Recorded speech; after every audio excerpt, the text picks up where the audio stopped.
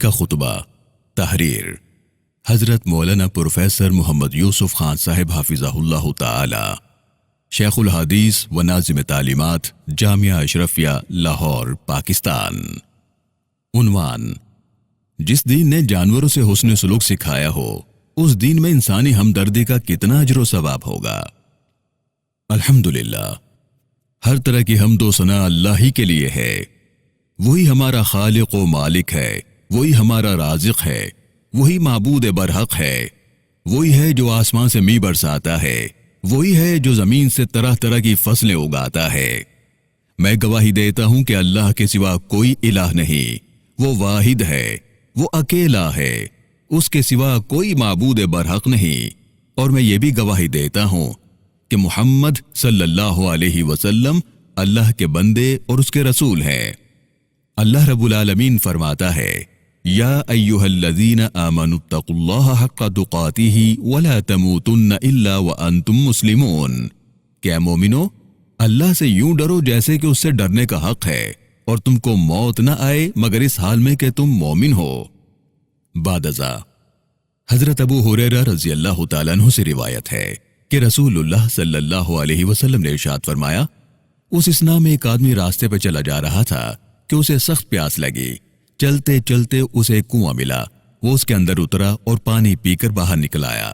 کنویں کے اندر سے نکل کر اس نے دیکھا کہ ایک کتا جس کی زبان باہر نکلی ہوئی ہے اور پیاس کی شدت سے وہ کیچڑ چاٹ رہا ہے۔ اس آدمی نے دل میں سوچا کہ اس کتے کو بھی پیاس کی ایسی ہی تکلیف ہے جیسے کہ مجھے تھی، اور وہ اس کتے پر رحم کھا کر پھر اس کنویں میں اترا اور اپنے چمڑے کے موزے میں پانی بھر کر اس نے اس کو اپنے منہ سے تھاما اور کنویں سے باہر نکل آیا، اور اس کتے کو وہ پانی اس نے پلا دیا۔ اللہ رب العالمین نے اس کی اس رحم دلی اور اس محنت کی قدر فرمائی اور اسی عمل پر اس کی بخشش کا فیصلہ فرما دیا۔ بعض صحابہ کرام نے حضور اکرم صلی اللہ علیہ وسلم سے یہ واقعہ سن کر دریافت کیا کہ یا رسول اللہ صلی اللہ علیہ وسلم، کیا جانوروں کی تکلیف دور کرنے میں بھی ہمارے لیے اجر و ثواب ہے؟ آپ صلی اللہ علیہ وسلم نے فرمایا: ہاں، ہر زندہ اور تر جگر رکھنے والے جانور کی تکلیف دور کرنے میں ثواب ہے۔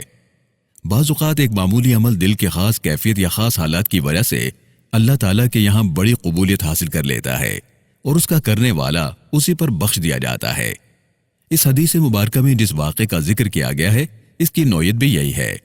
آپ ذرا سوچئے کہ ایک شخص گرمی کے موسم میں اپنی منزل کی جانب چلا جا رہا ہے، اس کو پیاس لگی، اسی حالت میں اس کے کنواں نظر آ گیا، لیکن پانی نکالنے کا کوئی سامان یعنی رسی یا ڈول وغیرہ وہاں نہیں ہے، اس لیے مجبوراً یہ شخص پانی پینے کے لیے خود ہی کنویں میں اتر گیا، وہی پانی پیا اور نکل آیا۔ اب اس کی نظر ایک کتے پر پڑی جو پیاس کی شدت سے کیچڑ چاٹ رہا تھا۔ اس کو اس کی حالت پر ترس آ گیا اور دل میں یہ داعیہ پیدا ہوا کہ اس کو بھی ایسی ہی پیاس لگی ہوگی جیسے اسے لگی تھی، چنانچہ اس کو بھی پانی پلانا چاہیے۔ اس وقت ایک طرف اس کی اپنی حالت کا تقاضا یہ ہو گیا کہ اپنا راستہ لوں اور منزل پر جلدی پہنچ کر آرام کروں، اور دوسری جانب اس کے جذبہ رحم کا داعیہ یہ ہو گیا کہ خواہ میرا راستہ کھوٹا ہو اور خواہ کنویں سے پانی نکالنے میں مجھے کتنی ہی محنت مشقت کرنی پڑے، لیکن میں اللہ تعالیٰ کی اس مخلوق کو پیاس کی تکلیف سے نجات دوں۔ اس کشمکش کے بعد جب اس نے اپنی طبیعت کے آرام کے تقاضے کے خلاف جذبہ رحم کے تقاضے کے مطابق فیصلہ کیا اور کنویں میں اتر کر موزے میں پانی بھر کر اور موزے کو منہ میں تھام کر محنت و مشقت سے پانی نکال کر لایا اور اس پیاسے کتے کو پلایا، تو اس بندے کی اس خاص حالت اور ادا پر اللہ تعالیٰ کی رحمت کو جوش آ گیا اور اس پر اس کی مغفرت کا فیصلہ صادر فرما دیا گیا۔ الغرض، مغفرت و بخشش کے اس فیصلے کا تعلق صرف کتے کو پانی پلانے کے عمل سے ہی نہیں سمجھنا چاہیے، بلکہ جس خاص حالت میں اور جس جذبے کے ساتھ اس نے یہ عمل کیا تھا وہ اللہ تعالیٰ کو بے حد پسند آیا اور اسی پر اس بندے کی مغفرت اور بخشش کا فیصلہ ہو گیا۔ حضرت عبداللہ بن جعفر رضی اللہ تعالیٰ عنہ سے روایت ہے کہ ایک مرتبہ رسول اللہ صلی اللہ علیہ وسلم ایک انصاری صحابی کے باغ میں تشریف لے گئے۔ وہاں ایک اونٹ تھا۔ جب اس اونٹ نے آپ صلی اللہ علیہ وسلم کو دیکھا اور اس نے ایسی درد بھری آواز نکالی جیسے بچے کے جدا ہونے پر اونٹنی کی آواز نکلتی ہے، اور اس کی آنکھوں سے آنسو بھی جاری ہو گئے، رسول اکرم صلی اللہ علیہ وسلم اس کے قریب تشریف لے گئے اور آپ صلی اللہ علیہ وسلم نے اس کی گردن پر اپنا دست شفقت پھیرا، جیسے کہ گھوڑے یا اونٹ پر پیار کرتے وقت ہاتھ پھیرا جاتا ہے۔ وہ اونٹ خاموش ہو گیا۔ پھر آپ صلی اللہ علیہ وسلم نے دریافت فرمایا کہ یہ اونٹ کس کا ہے، اس کا مالک کون ہے؟ ایک انصاری نوجوان آئے اور انہوں نے عرض کیا کہ حضور یہ اونٹ میرا ہے۔ آپ صلی اللہ علیہ وسلم نے فرمایا، اس بیچارے بے زبان جانور کے بارے میں تم اس اللہ سے ڈرتے نہیں جس نے تم کو اس کا مالک بنایا ہے؟ اس نے مجھ سے شکایت کی ہے کہ تم اس کو بھوکا رکھتے ہو اور زیادہ کام لے کر تم اس کو دکھ پہنچاتے ہو۔ اسے امام ابو داؤد رحمہ اللہ نے روایت کیا ہے۔ جس طرح اللہ کے پیغمبر حضرت سلیمان علیہ السلام اللہ تعالیٰ کے حکم سے معجزانہ طور پر پرندوں کی بولی سمجھ لیتے تھے، جس کا ذکر قرآن مجید میں بھی ہے، فرمایا علمنا منطق الطیر۔ اسی طرح رسول اللہ صلی اللہ علیہ وسلم بھی جانوروں کی بات چیت معجزانہ طور پر سمجھ لیتے تھے۔ اس حدیث مبارکہ میں خاص تعلیم یہ ہے کہ جس کے پاس کوئی جانور ہو، اس کی ذمہ داری ہے کہ وہ اس کو کھلانے پلانے سے غافل نہ ہو اور اس پر کام کا بوجھ اس کی قوت سے زیادہ نہ ڈالا جائے۔ دنیا نے اب آ کر انسداد بے رحمی کی ذمہ داری کو سمجھا ہے، لیکن رسول اللہ صلی اللہ علیہ وسلم نے تقریباً 1400 سال پہلے دنیا کو یہ سکھایا تھا۔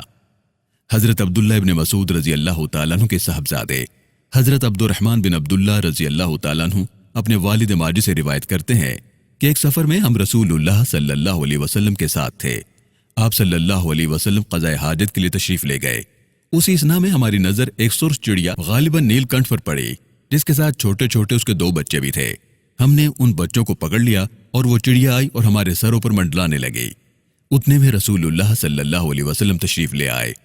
آپ صلی اللہ علیہ وسلم نے فرمایا، کس نے اس کے بچوں کو پکڑ کر اسے ستایا ہے؟ اس کے بچے اس کو واپس کر دو۔ اور آپ صلی اللہ علیہ وسلم نے چونٹیوں کی ایک بستی دیکھی، یعنی زمین کا ایک ٹکڑا جہاں چونٹیوں کے بہت سوراخ تھے اور چونٹیوں کی بہت کثرت تھی۔ ہم نے وہاں آگ لگا دی۔ آپ صلی اللہ علیہ وسلم نے فرمایا، کس نے ان کو آگ سے جلایا؟